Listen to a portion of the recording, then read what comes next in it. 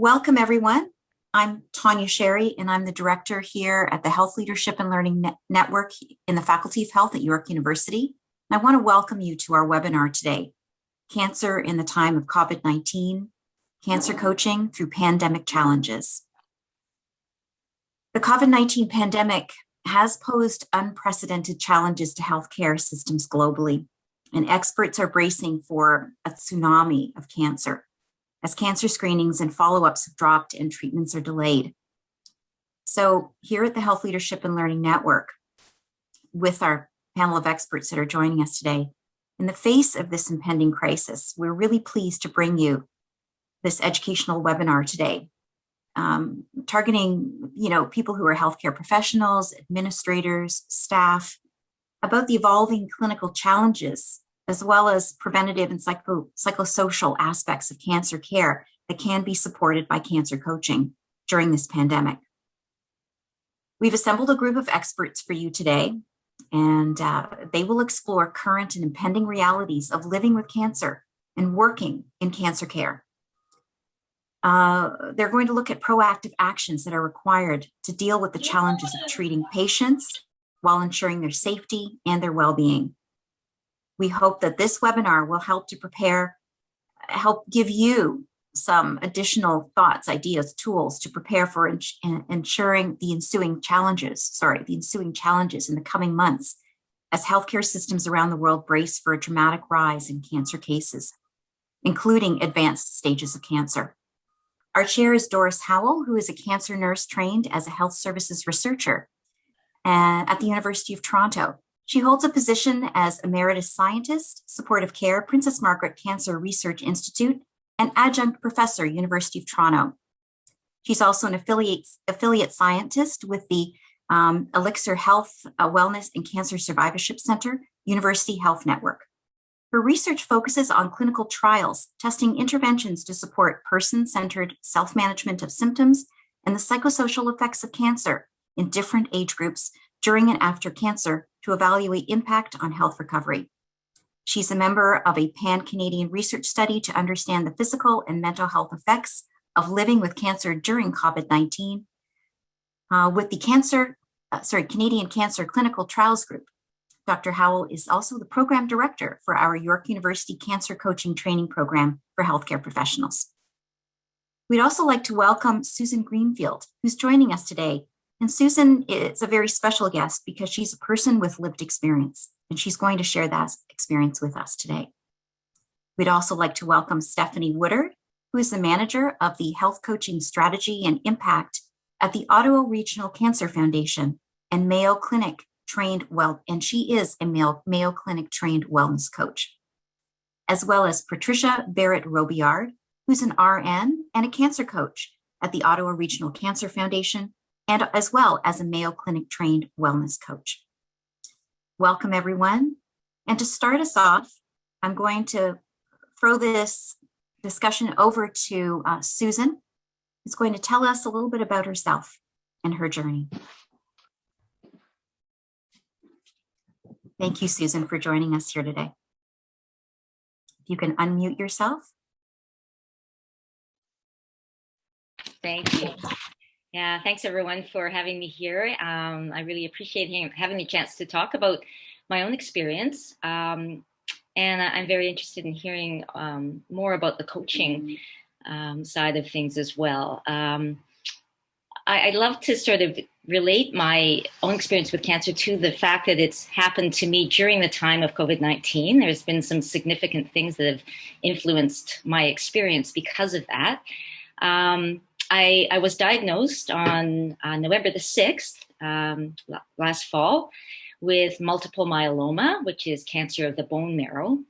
It was an absolute surprise to me. And this is why it's even a fluke that I even got diagnosed at this time with COVID-19. I hadn't been to see my own family doctor for probably over a year, just for general checkup. I had a very minor thing that I wanted to check in on that had nothing to do with cancer. And I wasn't even going to go because everybody was being, told not to go to clinics unless you really had to and that sort of thing. But a friend of mine convinced me to go and get an appointment. And fortunately, I had a family doctor who noticed that I'd lost 10 pounds since last time I'd been in. and did a couple of routine blood tests that were related to the issue that I went in with. And lo and behold, I have multiple myeloma, stage 3. I didn't have any symptoms that I was aware of. So had this screening thing not happened, I would not have even known that I have cancer. So I think that's probably the most significant thing that affected me, the very miracle that I even got diagnosed in a timely manner where I could actually deal with a fairly severe level of this cancer that I didn't even know I had. And it makes me wonder how many people are out there right now who also are missing out on screenings where they could possibly be, you know, having something going on that they're not aware of and being afraid to go in and check it out. I would love to also say that my own experience so far with my cancer has been incredibly supported.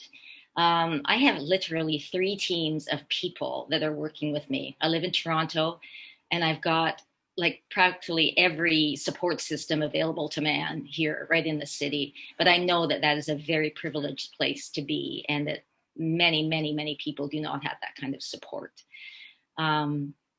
So I feel very grateful for that. I also am not having a lot of side effects from my chemo at this point.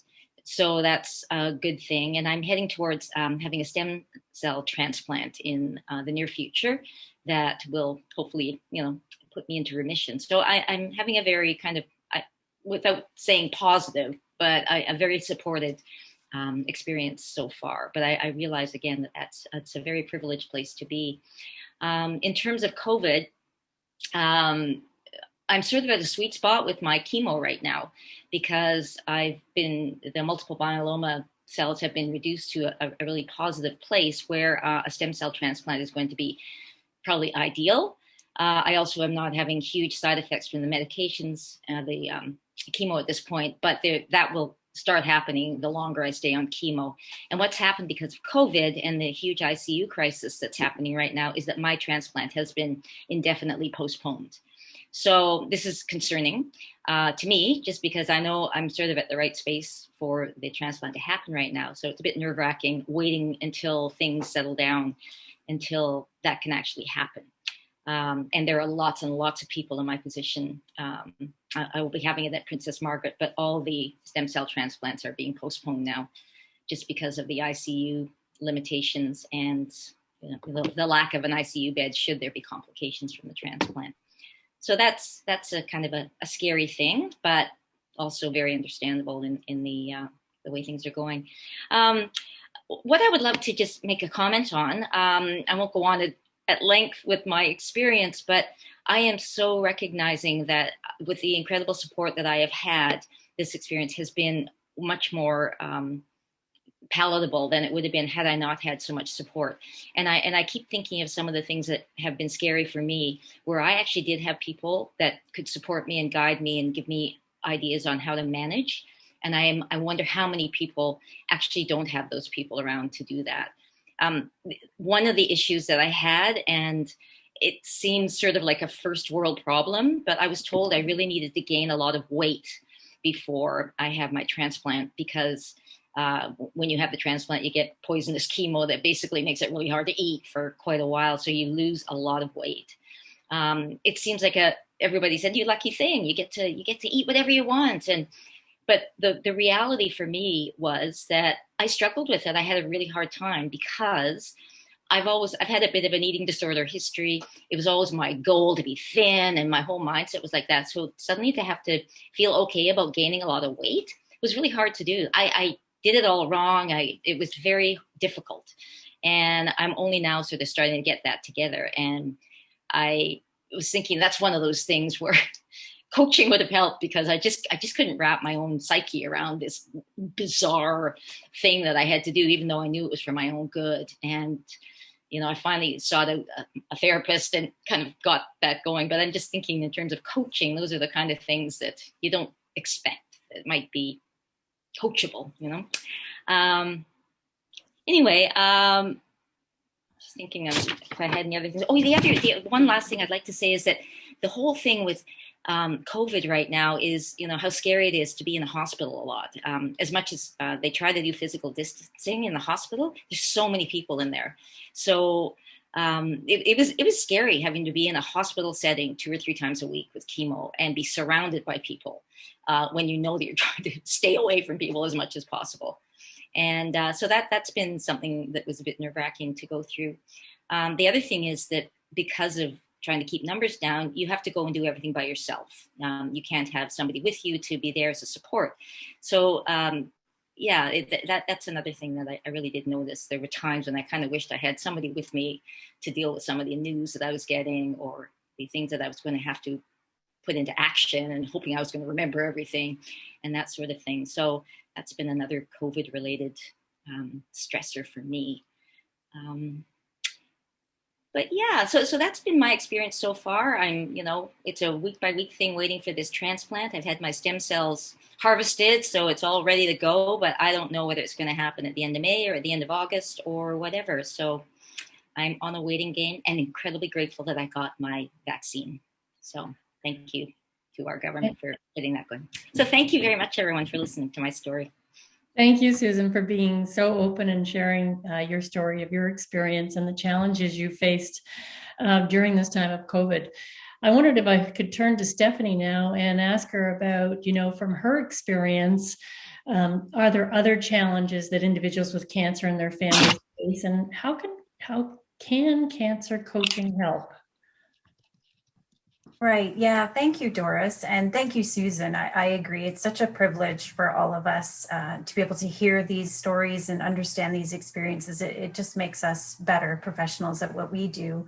So I think, Doris, what I'll do is I'll just take a quick minute to step back a little bit and make sure people really understand the coaching that we're referring to and how it has changed related to the pandemic. So the Cancer Foundation in Ottawa, really wanted to bring something to the community, as Susan mentioned, to make sure that everyone felt supported in every aspect of their cancer. So while we were researching, what were the impactful programs and things that would make a difference, our cancer coaching practice came from sort of the synthesis of all of these things. So, there's some amazing patient navigation models out there, survivorship care programs and services, anybody that was doing very person-centered care, we wanted to understand what they were doing, and of course, coaching and how that was already being practiced in health. So our cancer coaches are healthcare professionals.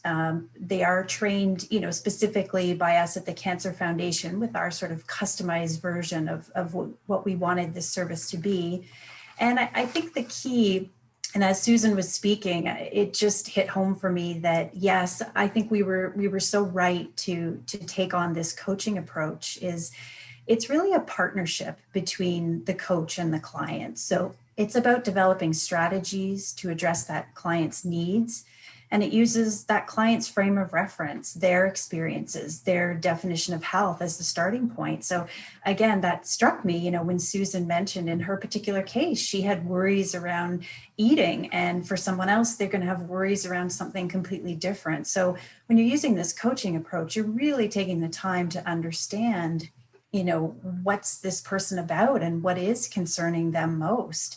And then it's about the coach working with them to help them be more active in their care, help them to better manage their health. So the sort of longer term goal, let's understand this person and the stress that's going on in this moment of whatever part of their cancer experience they're in. But longer term, let's work with this person and help them, become an expert in themselves, and in this case, cancer, if that's what they're experiencing, or other areas of their health. Let's get them engaged and want to be part of the process and part of the team, and empower them so that they can take some control. And what we've found with coaching is it's certainly helping in that moment of cancer, but these are skills people can take with them everywhere they go, and to the next stress that comes up in their life as well. And I think why this coaching is so applicable to cancer, first off, and then we can highlight how it became very important related to the pandemic, is cancer is complicated.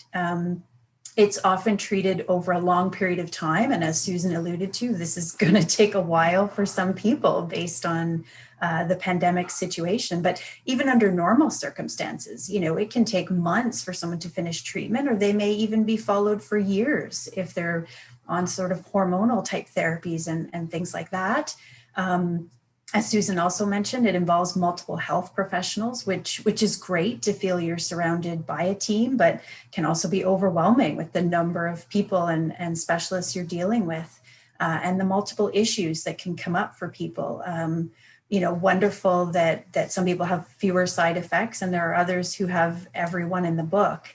And there's multiple transition times. So, you're diagnosed and then you go into treatment, and then you might go to a different phase of treatment, and then there might be a transition out of treatment, and let's go back to normal and back to work and back to life. And all of those transitions can have some bumps and hiccups along the way. So putting sort of a Band-Aid, if you will, on that one issue in that one moment is not necessarily helpful with a lot of health conditions, for sure.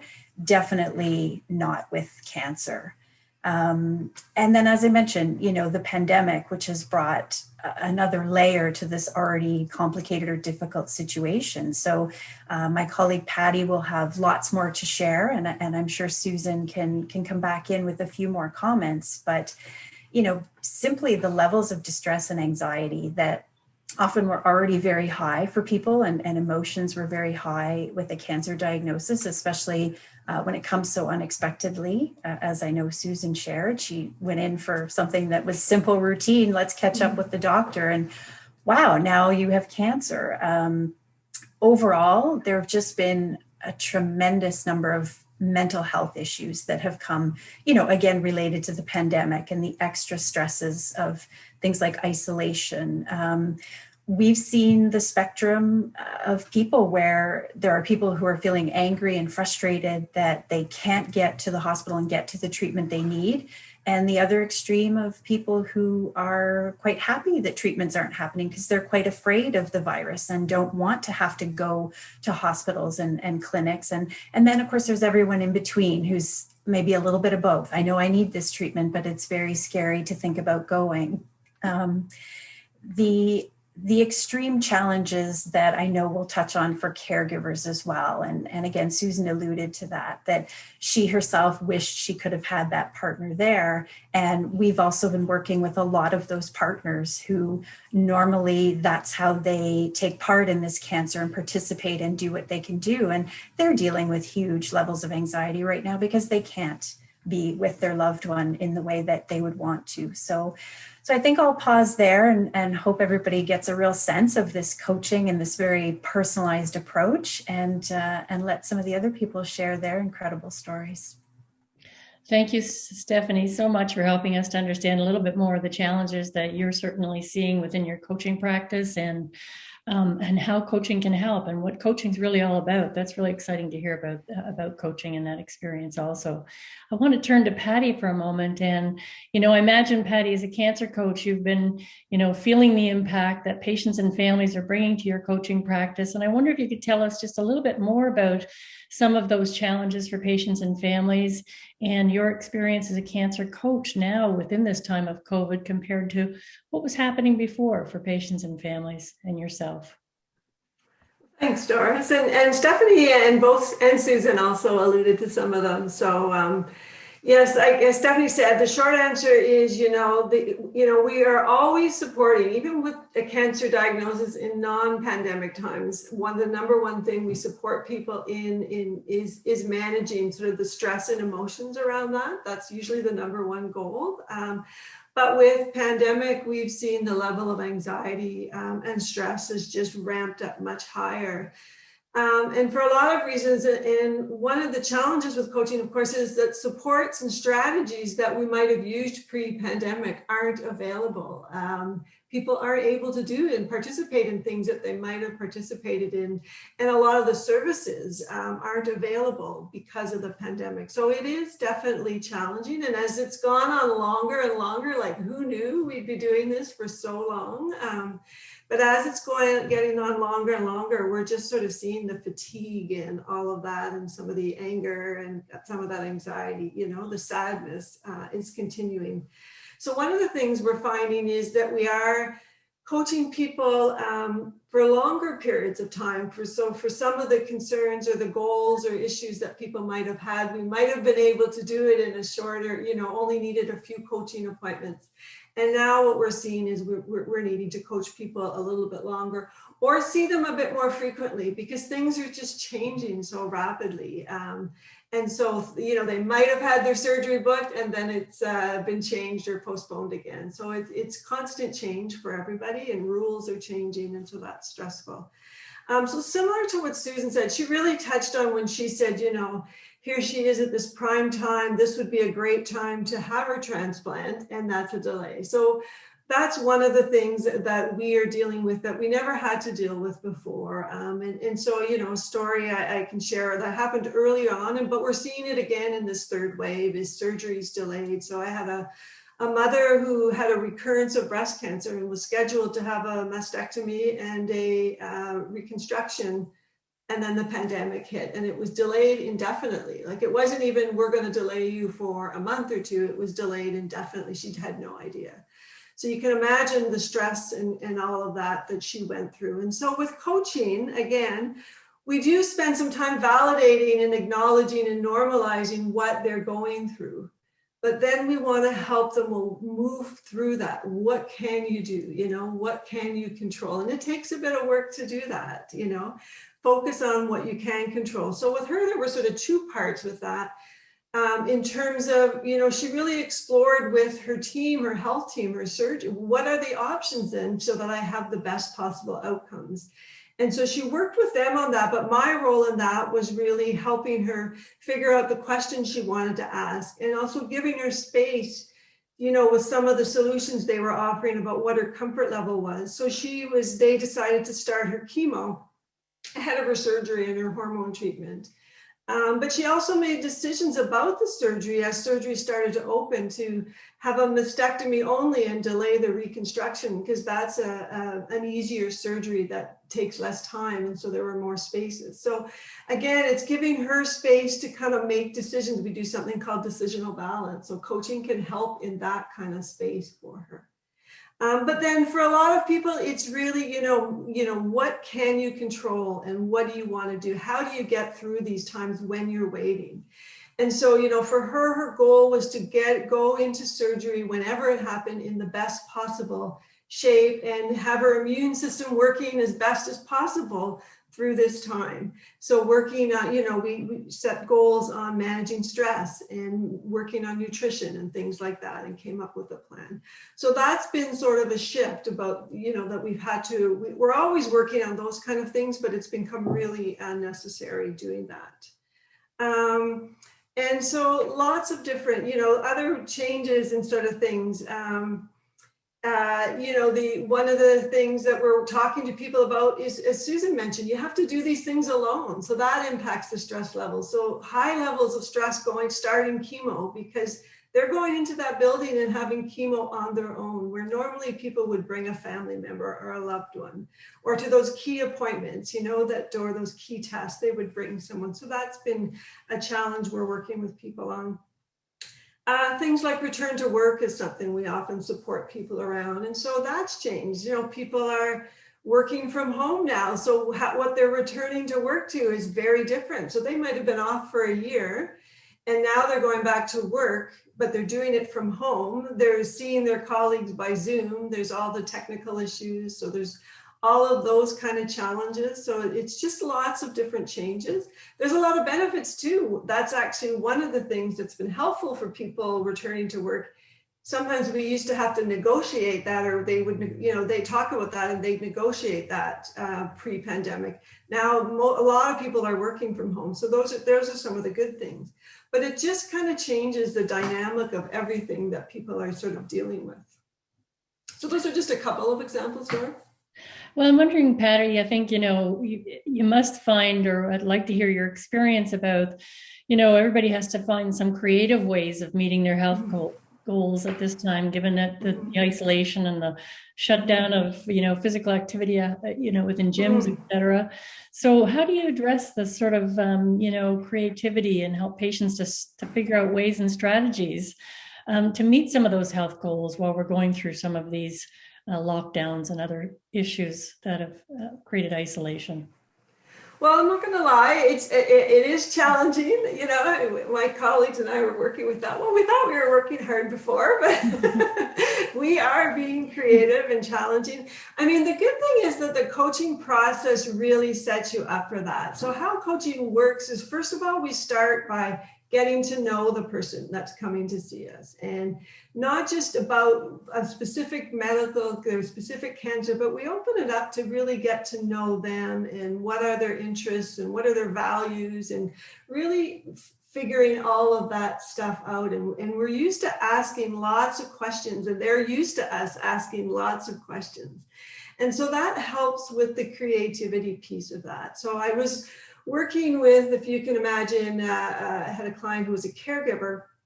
He lost his wife a month before the pandemic started, and he had been a very involved caregiver.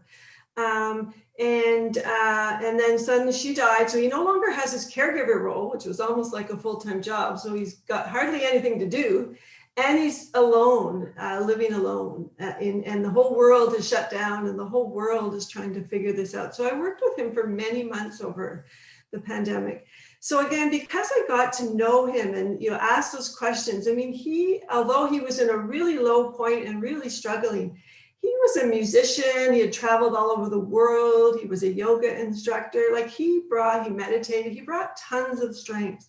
That because we had explored, I had gotten to know him, you can bring some of those strengths in. So it's really a lot about asking questions and being more curious. It's not as easy because we're not running into people in the same way or connecting. So we're not getting ideas and things in the same way that we would, and services aren't open. So we have to be, I often will talk with clients, it has to be more intentional. We have to be more deliberate about planning things in. So I'll often ask questions, first of all, about, well, what did you do? Tell me what your life was like pre-pandemic, and what were you doing then, in terms of what was helping you then? And we have a discussion around that. And then, asking, but well, how did that help? And why did how did that make you feel? And what were the benefits of doing that? And you're kind of getting at the emotions and feelings of that. And then you bring it into a discussion. Well, what now could we bring in that it's not the same. So it's not, some people love going to the gym. You're not going to go to the gym, but what could we do in terms of physical activity? Is there equipment you can have? Is there someone you can talk to? And get to, work on a plan with a friend so that you're doing it at the same time. There's amazing online, and it's not the same, but there's so many online yoga and fitness classes, and we've really worked with people how to access that. So all different kind of strategies we've kind of worked on, but it really is about being intentional. So, another example is, I had a client, again, very isolated and just feeling so alone. And she kind of had a weekly thing with with a couple of her sisters where she was getting together. And she would, like I had asked her, what is working well? What is something that's going on in your life? And she talked about that. And again, you explore those feelings. Well, why is that helpful? And how does that help? And then how can you replicate that? How can we bring more of that in? And who else could you do that with? And so it's just asking tons of questions all the time and sort of trying to explore with them. A question I'm often asking people nowadays is, do you have anything that you're looking forward to in the next week? And I find that promotes a lot of discussion, and then it helps generate ideas. Because if they don't have something that they're looking forward to in the next week, then we know that there's going to be some issues about their mood and their motivation to exercise and all kinds of things. So it's just one of the things with coaching is just really listening and picking up on energy and just asking more questions. Thank you, Patty. One of the things that, you brought up the challenge for caregivers at this time as well. And the significant impact, you know, for caregivers at this time is also something that we really need to understand. Is there more that you'd like to tell us about that? Yeah, I think, you know, as it was alluded to a bit earlier with Stephanie too, you know, the role of caregivers has changed in terms of that they're not allowed to go. They're not. So there's a frustration, a fear, you know, they want to be there for their loved one and they can't. You know, I had a client, I was working with a caregiver, her husband had, you know, speech issues, and he was admitted to the hospital for 2 weeks, and he's not a great communicator. And she couldn't be there to be his communicator. She was not allowed in. So high levels of stress. But the other thing, the burden on caregivers right now is so different because a lot of the programs, Wheels of Hope Transportation's not running, caregiver support groups not running, day hospice programs not running.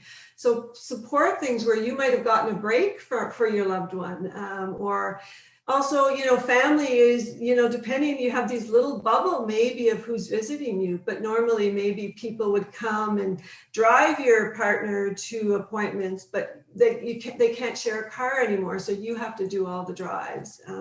So just there's a bigger burden on them and a bigger, again, a bigger sense of isolation that we're all sort of feeling. That isolation, but caregivers in particular, the theme I'm hearing is they feel so isolated. They're just there with their loved one who they want to be there with, but just things that normally would have helped them have a break or connected them are just not as available. So again, with coaching, do I have another minute to sort of explain how we kind of work with that? Is that okay? Yeah, I would love to hear about it. Okay. So I'll give you an example. I had a phone call with a gentleman just last week who's a caregiver.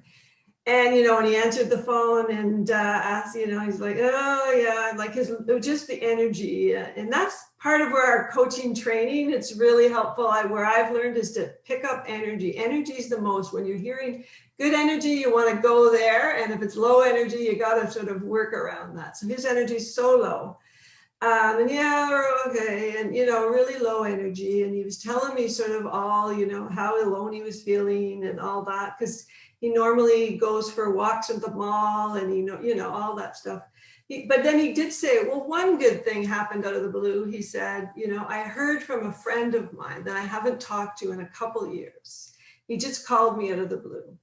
And he had this great talk, and I could just hear how excited he was about that talk. And so I said that to him. I said, wow, sounds really wonderful. I said, how did you feel after? Like, how did that talk make you feel? And he said, well, it was just so nice. It was nice to talk about something besides her, you know, my wife's cancer or all the COVID, you know, all that stuff. And so then I just said, pre-COVID, again, you know, what were you doing? So, you know, and he mentioned, who else did you talk to and socialize? And he named a few friends. And I said, you know, is there a way we could get them back in here? Like, could you do something? So we left with a plan of, he had these 3 friends that he used to go meet for coffee. Okay, we start with a phone call with a plan to hopefully, please, in May or June or July, they'll open the patios again, but then he can start talking with them to meet them on the patios again. So it's, again, picking up on that energy and making them realize that there are things you can do that will help with that isolation. But sometimes they need another voice in there or another person to kind of make them see that. That's amazing to hear about cancer coaching, and that you do offer support to caregivers as well as individuals with cancer, and some of the strategies used to really invite them in and tell their story and understand and then work with them to find solutions. That's great. Susan, I wonder if, you know, briefly you could tell us about your thoughts around hearing about coaching now. What are your thoughts about cancer coaching, and what you're hearing about? Well, what I sort of was loving hearing was what Patty just said about really focusing in on the individuals. What they're saying is the thing that's bugging them the most right now, because I just feel like, I mean, even with my crazy thing about having to gain weight, you know, like oddly, that was the thing that was just, it was the hardest thing for me, because I wasn't feeling sick or anything like that, but having to do this one thing and feeling stupid about not being able to do it because everybody else was thinking, you're so lucky, you know, but I just couldn't do it. And so focusing, really gathering the information about what this person's real prominent issue is at the moment and working with that, as opposed to implying or applying some other thing that you think is, more important. But so really finding out that one person's thing, that one thing that's going to make it that much better, which will probably influence everything else. So that's a huge thing.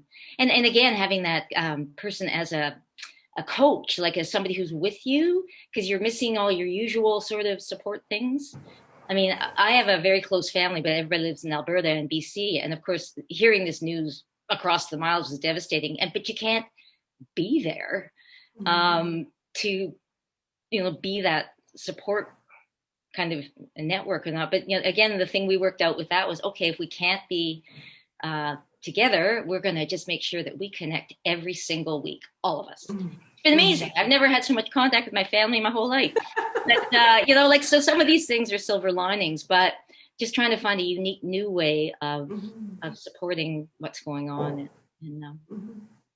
Thank you so much, Susan. Stephanie, I want to turn back to you, and I've got a couple of questions. I wondered about, we've heard from people in the chat around the whole idea of, there's been some positive about virtual care delivery. I'm wondering about virtual care and the impact of how's that happening with coaching. Are you offering your services virtually, and has that impacted in what you do as a coaching program? Yeah, absolutely. So we remain 100% virtual. So as Patty alluded to, she's taking some phone calls, she's having some video chats. We were very blessed that well before the pandemic, we did move our coaching to a new platform, which has a secure video chat option. So we were well set up. And I think that, there certainly are a lot of people who miss coming to the physical space we had, not only to see their coaches in person, but we have a beautiful physical space in Ottawa. Our MapleSoft Gumdock Center is just so homey, and people are always, noticing how comfortable and stress-free and not too much like a clinic or hospital it feels like. So we are missing that, but there's been some incredible bonuses that have come out of this virtual delivery. Clients who, used to drive across town and come and see us and were a little shy of virtual. Now that they've had to do it, they're saying, this is great. I don't even have to get dressed in the morning. They've got so many other appointments, and they're maybe feeling some fatigue, or they're a little bit brain fogged. So all of those things just pile up. So now that they just know that I just have to pick up my phone, or I just have to flip on my laptop or even my mobile devices, that's been great. And we've been able to expand our reach a little bit. So we're based in the city of Ottawa, and we certainly support the surrounding areas. But, as Susan alluded to, sometimes when you're not right in the big city, you do miss out on these things. So, we've got people from the outskirts, from a little more rural or secluded areas who are reaching out. They could have connected with us before by phone and video chat, but I just think it just didn't occur to them that because they didn't want to physically come and see us, they didn't bother. So I love that our reach has expanded with this virtual capacity. And I think Patty would agree, a number of our clients are going to continue, even when they will be more than welcome to come back in and we've all been vaccinated. I think we're going to see a lot of them saying, no way, there's just some convenience to this. I'm sticking to the distance coaching for sure. I expect, as we were saying, the majority, sorry, Doris, it's going to add, the majority of our clients now have not been to our building. So that is no longer an attraction, right? Because this has been going on so long. Yeah. Stephanie, I imagine hearing about coaching today, everybody's thinking, really every cancer patient should have a cancer coach. Should all patients have access to cancer coaching, and what can organizations do to move in that direction? Yeah, absolutely. Well, of course, Doris, my vote is absolutely yes. Everyone should have access to this. It certainly, is a dream of all of ours here at the Cancer Foundation that this become more of a standard of care, and that everyone gets the opportunity, and just those who do feel well supported and not needing that can, politely decline, but that everyone else gets that opportunity. I think it's tremendous. And sometimes Sometimes, as Patty will share with you, I'm sure, it's one little conversation. It's a couple little questions somebody has that makes all the difference, or it is somebody that we work with for 6 months or a year on a number of things. So yeah, I think everybody should have access to it. And I think for our part, I mean, we would love to be able to coach everybody across Canada, but the reality for us is we're a small group in Ottawa. And, you know, our funding comes from donors in Ottawa. So that's who we support. But I would love to hear from other organizations. We are more than happy to share what we do. Unfortunately, with the pandemic, it has kind of paused, you know, our efforts to train and connect with people and have to do it virtually. But I know we've done some wonderful work with you guys at the Health Leadership and Learning Network. I would love to hear from organizations, even if you just have one person, you know, one nurse in your tiny little unit. There are ways that you can apply some coaching practices in those brief encounters you have with people. And there are ways that you can actually set up, yes, a full service that we have. So please reach out to me, to us here at the Cancer Foundation. I would love to share what we know and help you get started with something like that, for sure. Earlier on, both you and Patty introduced yourself as having been trained at the Mayo Clinic for health coaching. Is there specialized training that cancer coaches should have if they're offering cancer coaching services? So yeah, we really wanted the team to get some health coaching certification at a general level. So yeah, just to correct everybody, I unfortunately am not trained in that Mayo Clinic. That's Patty's specialty. And our other coach, Melina, went to the Duke University program. So we felt that was important. And certainly I think Patty can allude to this more, gave them some really strong background and some really great new ideas. But we really, at this point, we just have our in-house training. But I think I would encourage people to connect with us and connect with you guys to understand, you know, what you're offering people. I do think it's incredibly important to gain an understanding of cancer, what these people experience.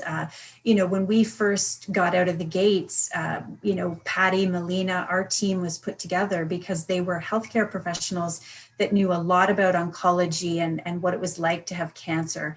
We sort of filled in the rest when we decided that coaching is the great way to do that. So yeah, having said all that, unfortunately, we're not in a position to launch this full certification, but I think it's incredibly important that people get the education they can from you guys at York, learn what you can from us, learn what you can from all the other wonderful programs that are out there supporting people. Thank you so much for telling us a little bit more about cancer coaching and all of the challenges that patients and individuals with cancer and their caregivers are facing at this time. I wonder now if we can give some voice to the audience and the persons online, and thank you everyone for being here. But I'm just wondering if there are a few questions that Tanya and Odette are hearing that we really want to make sure get addressed in this conversation. Yes, Doris, there is. And perhaps you have already answered it, but I just want to answer it again because perhaps there's some policy I'm not aware of. There's a question about, are cancer coaches connected or integrated into cancer care pathways? And if not, do you know if there is a plan to do so? I open this up to any member of the panel who feels they can answer that. Well, I certainly could speak to Ottawa, and I think unfortunately the quick answer at this point is no, not officially. Now we have a wonderful relationship with the Ottawa Hospital and our cancer program there, and they are going through kind of a big review of their cancer program and everything they offer. So we are at the table, we are talking to each other. You know, we as an organization want to understand how we can better support them. The Cancer Foundation is already supporting them with dollars towards research and local clinical trials, and we are providing the cancer coaching service. So we are going to take some time to try and understand better where the gaps are, what their needs are. So I'm hoping there down the road will be a much more official thing in Ottawa that I can say our cancer program and our coaching, and this is how they work together. But it's to be continued at this point. Thanks, Stephanie. Thank you. And certainly from the perspective of York University, we'd really love to see cancer coaching expand across the system. And if there is someone out there that will lobby for it and they need some support, we're here at the university to answer any questions or be an advocate in any way we can. At least through Health Leadership and Learning Network, we run this program, and we're really pleased about the work that Ottawa Regional Cancer Foundation has done in all the research they've done around cancer coaching. We have another question, but it actually relates to training. And if anyone does have training questions around cancer coaching training, we do have a program here at York, and we're going to provide a slide at the end of this session about how to reach us and ask questions. We certainly didn't want to make this webinar about specifically that program. We really wanted to talk about the concerns that there are about what's going on for cancer patients and the services that they need.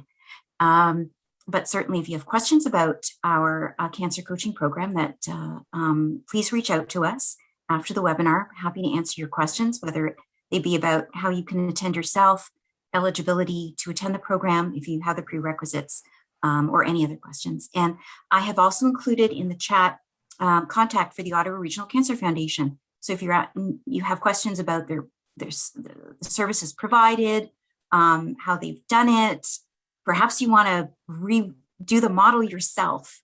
And I'm sure that I think that Stephanie would be okay with that. If someone else wants to do this in their own province or maybe their own city, maybe that's a question as opposed to accessing services. And there's the questions about referrals. So we've got someone asking, do you refer any patients or caregivers to Wellspring, where cancer support centers that offer psychosocial programming, peer support, and coaching? And can I open that up to the panelists to comment? Looks like this is an information sharing as well, which is great. I will be honest, I have occasionally, like again, we're based in Ottawa, so most of our clients are in Ottawa. So, but we sometimes do get questions. We get a lot of people who call us and reach out, and sometimes we will coach them on a short-term basis. So we are aware of your service, and if they are Toronto based, and depending what they're asking about, you would be on our list that we might refer to for sure. Yeah, it's Doris. I just want to mention, I think, despite the challenges and all the impacts, and I know that that's been very difficult for our individuals with cancer and their caregivers and all the caregivers who are providing care that are healthcare professionals as well. But one of the things about this time is there's been disruption in our typical way of delivering care and delivering services. And we're certainly starting to see on a global scale that there's increasing interest about coaching, in particular health coaching, and the need to really integrate these services within cancer organizations.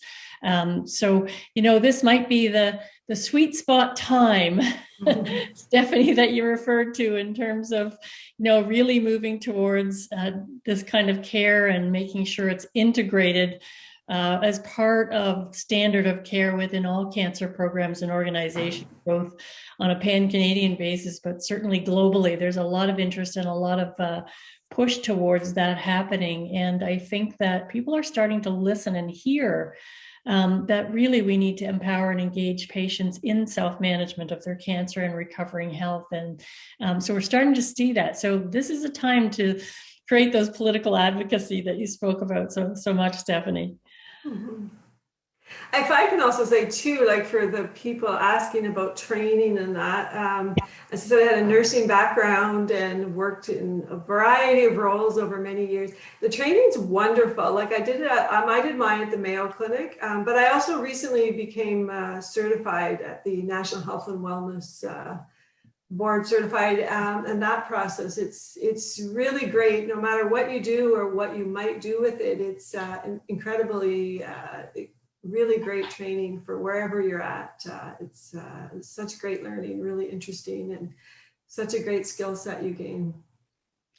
And just so people are aware, if you are nurses, I know that it's not just nurses online and listening to the program today, but we are certainly putting forth a core curriculum internationally. What should be the expectations and competencies of nurses in providing cancer coaching? So I think that will just again help us to move forward with cancer coaching programs, both internationally and sort of locally, of course, within our own province or across Canada as well.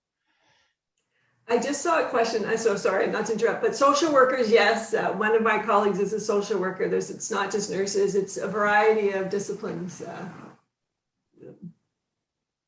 Over the years, we've had cancer coaches who came from physiotherapy backgrounds. Way back when we started, we actually had a radiation oncologist who took an interest. So, there's dietitians. Yeah, absolutely. So, I mean, there's any number of professionals. I know personally, my background is kinesiology. And, I wish way back when I was working one-on-one with more clinical work that I had this level of coaching background. It would have been fantastic in the work we were doing in terms of a physical rehabilitation component. So yeah, there's so many areas, whatever profession, even if you're thinking, I don't want to actually be a cancer coach, you can really enhance the practice that you have now and however you're connecting with your clients or your patients by having some of this health coaching and in particular cancer coaching training. Sorry to interrupt, but I'm seeing there's some comments in the chat coming from people who are international, and they're also interested in the training. And again, I'm going to throw this over to Doris to just give us a comment on international training. And I've got Mary Ann Coe on the line, who's our program developer, who could also answer that question. But Doris, would you like to weigh in on training international people in cancer coaching? Well, I think, people are telling us a little bit about some of the different programs that they've, gone to cancer coaching or been trained in cancer coaching. So there's certainly programs out there, and there's certainly nationally licensing that Patty raised as well. So all of those things are important. From an international perspective, I mean, we are focusing on nursing just as an example, but in fact, I think Patty raised the issue. We need to think about all healthcare professionals. And, we know that in places like Australia, they've implemented cancer coaching from what we call the Flinders model within all of their cancer care programs. And we're starting to see that within UK and Europe. We're starting to see that cancer coaching is becoming a part of a package of care for both cancer patients during acute cancer treatment and treatment side effect issues, but also post-cancer treatment as well. So a lot of organizations, particularly in Europe and Australia, have already started to integrate that this is a core essential service within their cancer programs. So they also offer training in many of those areas as well. And of course, the US has some licensing program and coaching training as well. Internationally, the competencies will help, but we do need to reach out to the social work and the other groups that are providing cancer coaching that aren't just nurses, and look at those cancer competencies and the core knowledge and competencies that are required to be an effective cancer coach, and really translate that and transmit that sort of worldwide as well would be really helpful. The program, of course, and Tanya's going to turn to that, is we do have people coming in from international places, and certainly have had people in the cancer coaching program at York from Africa, from as far away as Africa, Stanford University, and they're really keen to continue to have a relationship with this program. So there's lots of opportunities in that direction that are coming up that are really fundamental and key. I wondered unless you've got other questions, Tanya, I wondered if we could turn to Susan for the last word around, as an individual going through your experience, what would you like other individuals going through cancer to know about? What should they be asking about in cancer coaching to get a cancer coach, to get access to the service? Just, how could a cancer coach be instrumental? Something that's just struck me as I was listening to everyone was what's cool about the cancer health coaching idea is that these are people who actually know about cancer care. I actually do have a health care background, and I am blown away by the world of cancer. It's like nothing I had ever imagined. So just, as someone who's experiencing cancer, it would be so comforting to know that you're with a coach who actually gets what your experience might be like. Because from the other side of things, you have no idea what's going on in that world. So I think a cancer health coach that specifically has, as you were just saying, the sort of core knowledge, competencies about that world is an amazing gift to pull into the coaching idea. And I would just think that the biggest thing as a person experiencing cancer would be just actually knowing that this service exists. Health coaching to me was, I didn't know much about it until, a couple of years ago. And I bet there's a lot of people that don't even know it's a service that they could access. And it would be a comfortable, very loving, supportive thing to be involved in. So, especially when people are so isolated these days. But yeah, just having it out there so people know about it. Yeah. Tanya, I think we turn back to you to close this out, or any final questions. Thank you, Susan, so much. Thank you. Thank you. Well, there's been a lot of questions, and my apologies to everyone that we haven't gotten to everything. What we can do is we've got our information on the screen, and please reach out to us. I saw someone there with a caseload question. I don't know if we can answer that before we leave. What is the caseload like for a health coach? But if everyone's got a few more minutes, we're almost at 1 p.m. Eastern. You can stay on board. But before I throw that over maybe to Patricia, there's our contact information on the screen. If you have questions about the Ottawa Regional Cancer Foundation and you'd like to reach them, I have put their contact here. But if you missed that, please reach out to us and we'll connect you to Stephanie or to Patricia. If you have questions about the education, whether through Ottawa Regional Cancer Foundation or through us, please again reach out to us at hlm@yorku.ca. We're happy to route you or answer what we can. If you're interested in the education yourself with York University, again, reach out to us. If you've got a group, if you're international, please reach out to us. We're happy to have a discussion with you about how we can help you get the education or refer you on for more information. And thank you. I see all of these great responses from everyone. It's a really amazing community that is assembled. And I'm so pleased to see that we have our international colleagues joining us today from the United States, from the UK, from Africa. I'm sorry if I've missed other nations that have joined us. But I'm going to throw one more question over to Patricia. We did have a question about the caseload. Can you comment on what the caseload is typically like? I just looked while you were talking.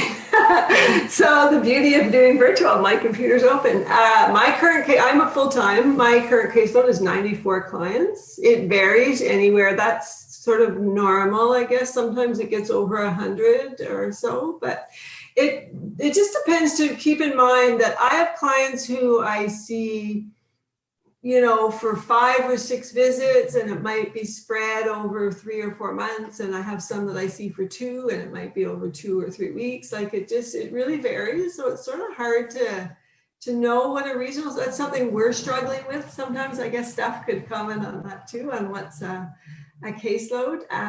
The visits can be heavy, right? So I think sometimes we max out on 5 or 6 a day would be where we kind of like to on a max day. So it just sort of depends, because it's, but it just depends. So there would be some variables, I guess, in there that would affect that. Steph, I don't know if you have anything. Thank you, Patricia. And with that, I'm going to close our webinar today. Again, it is being recorded, and we're going to send that out to everyone who's joined us, and you can feel free to send that on. And be safe. Thank you for doing what you're doing for everyone who needs your care, and for advocating and supporting the survivors of cancer as well. And reach out to us if you have more questions. We'd be so pleased to hear from you. Take care, everyone, and thank you to our panel today. Thank you, the panel. Thank you. Thank you.